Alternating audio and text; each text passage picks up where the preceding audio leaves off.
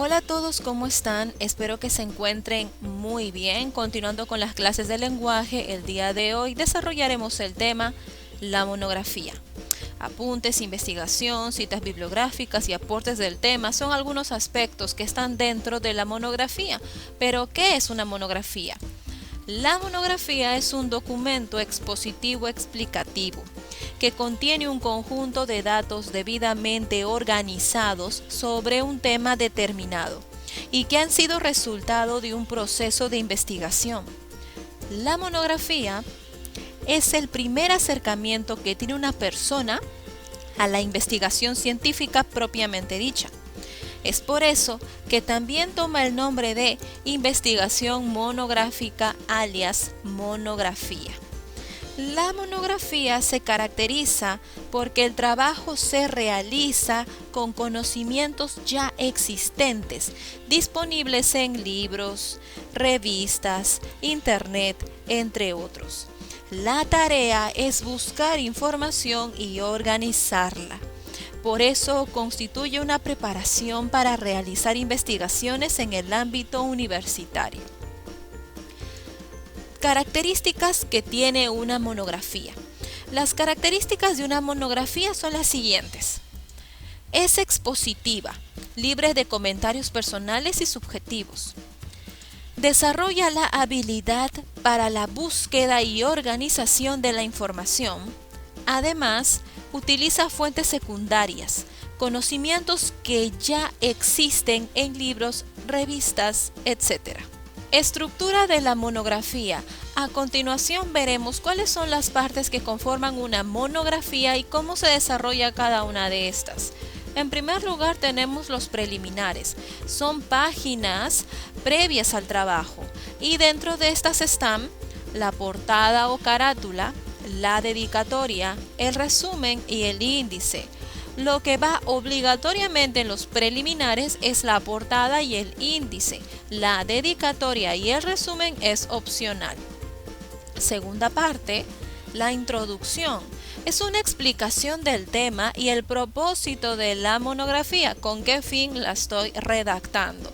También se describen las partes, los capítulos que irán dentro de la monografía.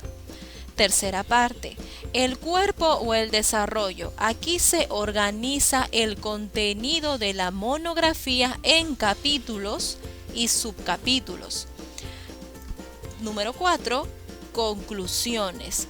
Al final de la monografía se debe presentar unas conclusiones, síntesis de lo que se ha logrado demostrar a través de esta investigación monográfica. Por último, tengo la bibliografía.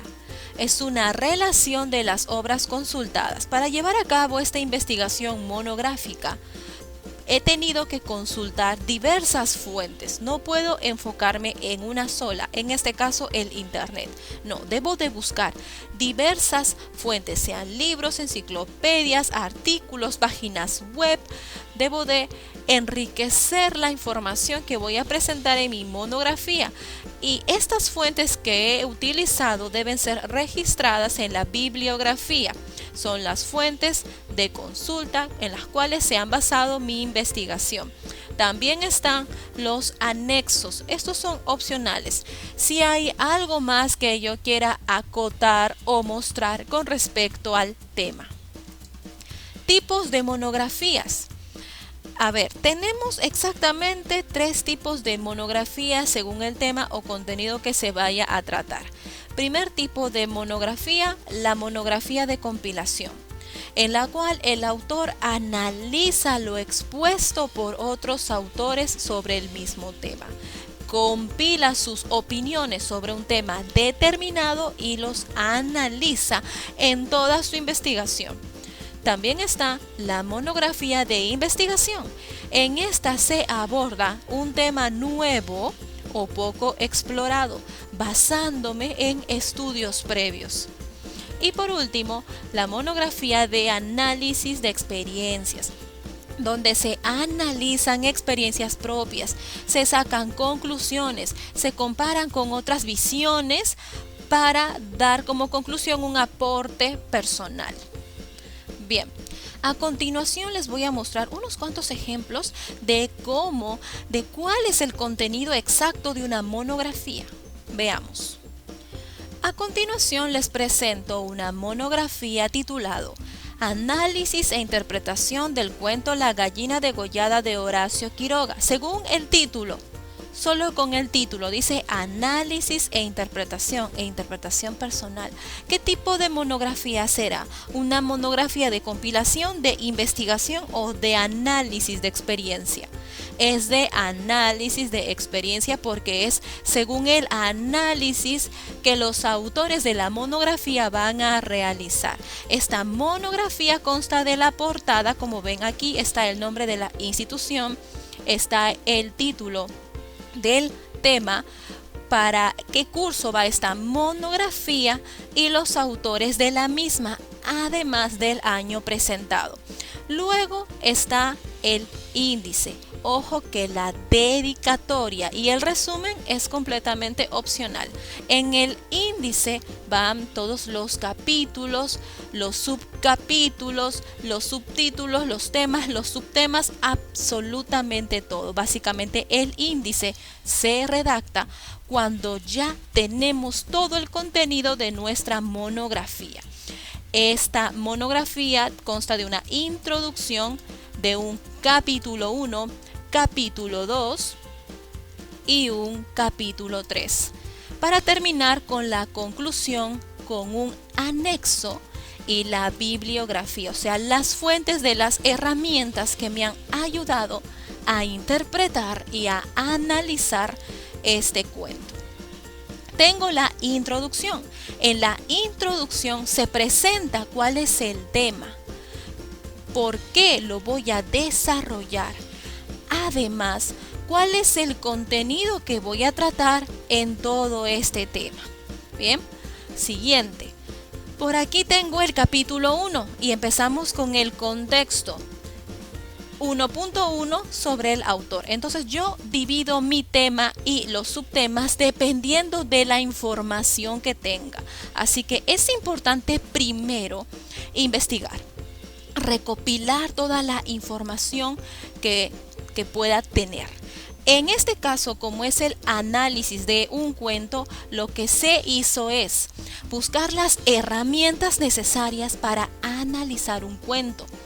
Por lo tanto, tengo que hablar primero sobre el contexto en el cual fue creada esta obra. Eso es el primer capítulo, el contexto. Y para hablar del contexto, tengo que enfocarme en el autor. Tengo por aquí el autor porque forma parte del contexto de mi obra. Luego en sí la obra. Recordemos que el cuento La gallina degollada forma parte de un grupo de cuentos de Horacio Quiroga.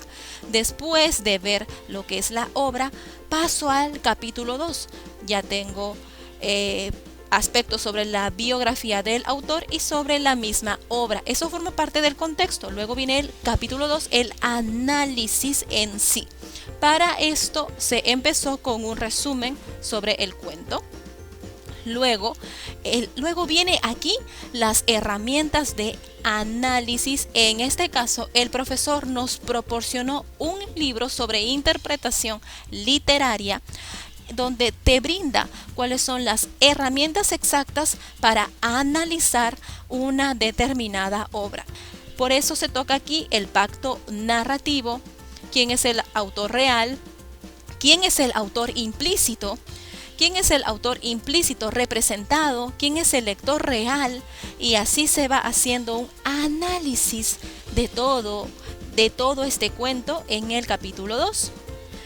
Para terminar, porque no quiero aburrirlos, con el capítulo 3. Vamos a ver el capítulo 3. En el capítulo 1 estaba el contexto de la obra, del cuento. En el capítulo 2 estaba el análisis según las herramientas brindadas o también buscadas de otras fuentes. Y llegamos al capítulo 3, la interpretación que se le da a este cuento según otras herramientas usadas para analizar obras literarias. y aquí se desarrolla la utopía, la distopía, la ucronía, el psicoanálisis que hay dentro de esta obra. Entonces todos esos aspectos que se pueden sacar de un solo cuento se ve la interpretación del mismo cuento.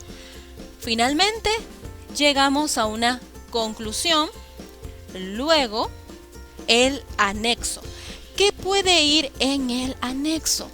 Pues fotografías del cuento La gallina degollada. Esto es mi anexo, el cuento en sí que se tuvo que leer y analizar. Finalmente termino con la bibliografía. Aquí están las fuentes de información que se utilizó para analizar ese cuento. No solo nos quedamos con el libro que nos brindó el profesor, sino que tuvimos que buscar otros libros que nos brindaron otro tipo de herramientas para analizar un cuento y luego interpretarlo. Bien, este es un ejemplo de una monografía y más o menos de esta forma está estructurada, ¿no? Claro que nosotros tuvimos que separarla para que no se crucen las páginas, pero he intentado juntarla para que se vea bien. Hasta aquí llega la clase del día de hoy. Espero que hayan comprendido un poco esta toma de contacto con la monografía, que les haya servido de ayuda y de modelo para sus futuros trabajos universitarios. Bueno, a continuación en la plataforma les estaré dejando unas cuantas actividades con respecto al tema. Pues nada, cuídense mucho. Hasta luego.